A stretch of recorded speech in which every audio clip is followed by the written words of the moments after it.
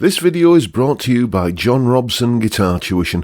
If you enjoy the content, please consider supporting the channel by enrolling on a course, purchasing some guitar lessons or a t-shirt, or you can join my Patreon. Now, on with the show.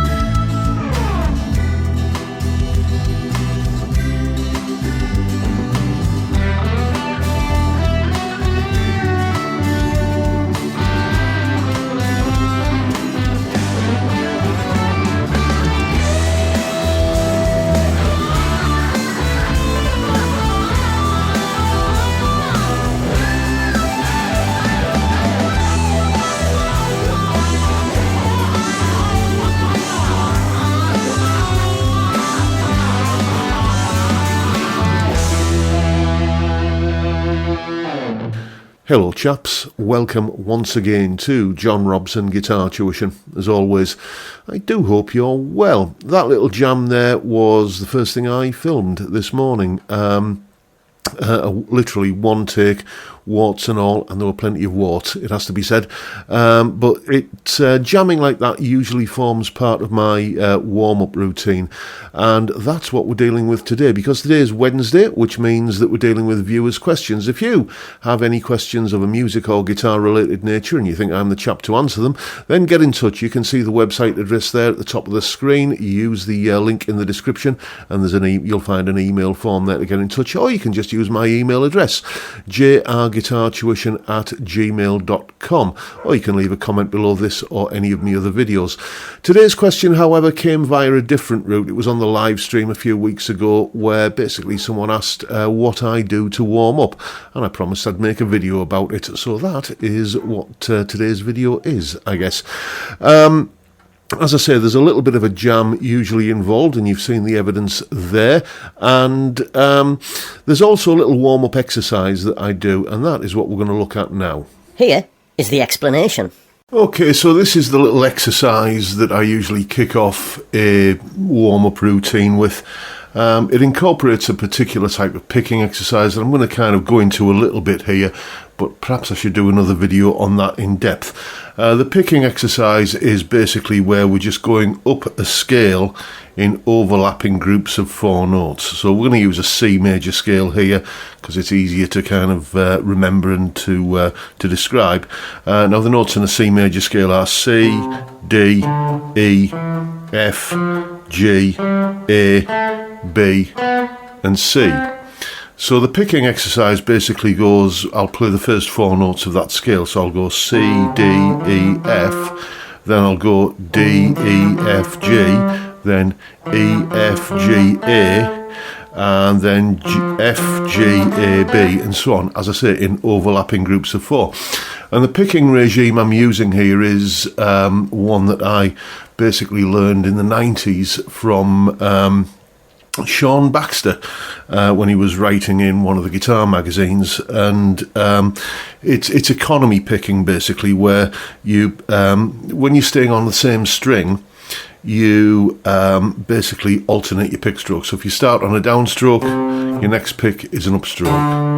Okay, And so it's a form of alternate picking, but the only difference is that when you move from one string to another, regardless of like the previous pick stroke that you've just done, so if you've just done a downstroke, you would, using strict alternate picking, you would then use an upstroke regardless.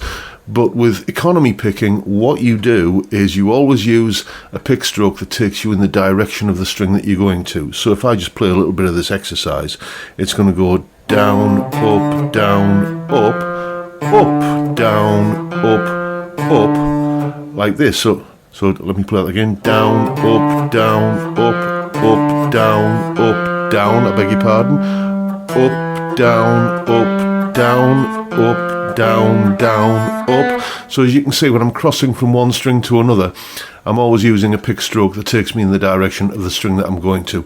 That is, if you've ever heard the term economy picking, essentially what it is. And how I apply that is I'll take, as I say, the C major scale, and I'll play that picking exercise in every position of that scale to move up the neck. So like starting on this root note here, here's a C major scale.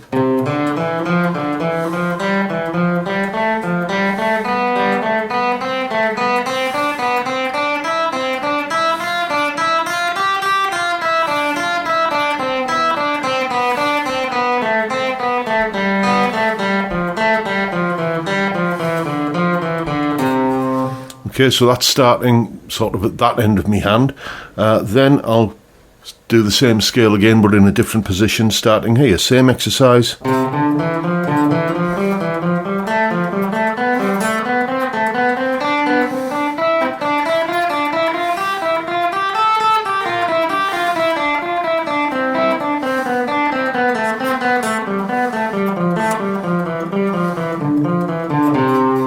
Okay, then I'll move on to the same scale but starting here. Same note each time, but I'm just changing the position of my hand in relation to that note.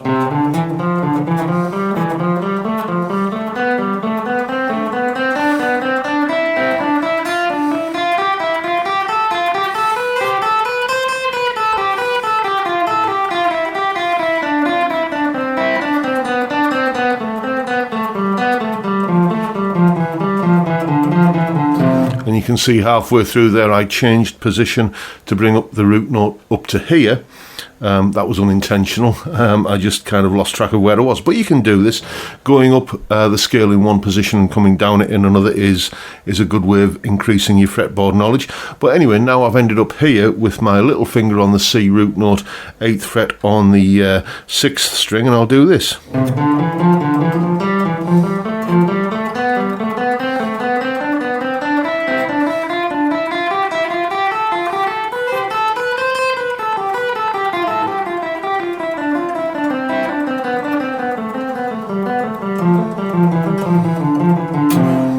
And then back where we started again there. Now, taking the same approach as we did down here, I'm going to start on the same note, 8th fret on the 6th string, to start playing the C major scale here.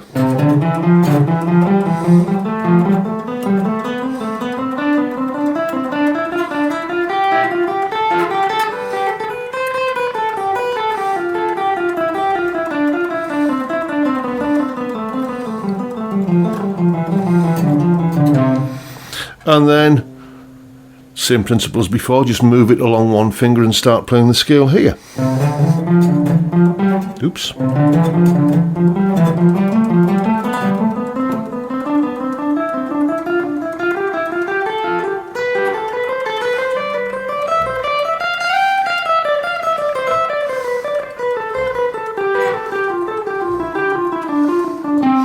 And you can see I did another position shift in there. You can either, kind of do these patterns separately, or you can kind of get to the top end of one and then kind of slide up and come down the next one. It's either way is valid.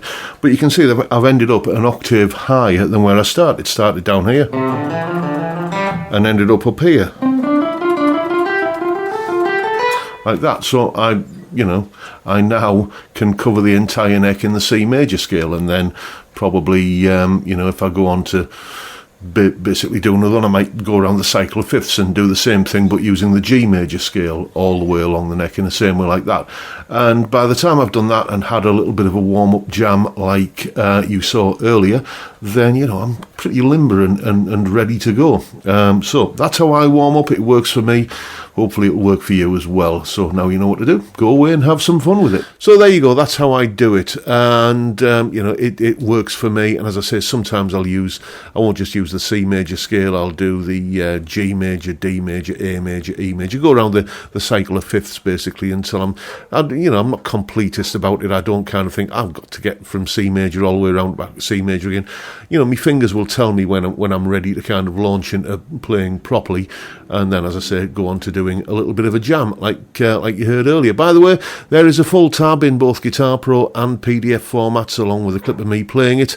The jam track I was playing along with, and I'll put that little warm-up exercise clip up there as well. All of that is up on my Patreon page. There's the address, link in the description. $3 or £2.50 a month gets you access to all of these additional resources and goodies that go along with these YouTube videos. A massive thank you to everyone who supports me in that, or any of the other ways, all of which are linked down in the description. Thank you so much, everyone. But that is pretty much the video for today, folks. Hope you've enjoyed what you've seen and found it useful and informative in some small way.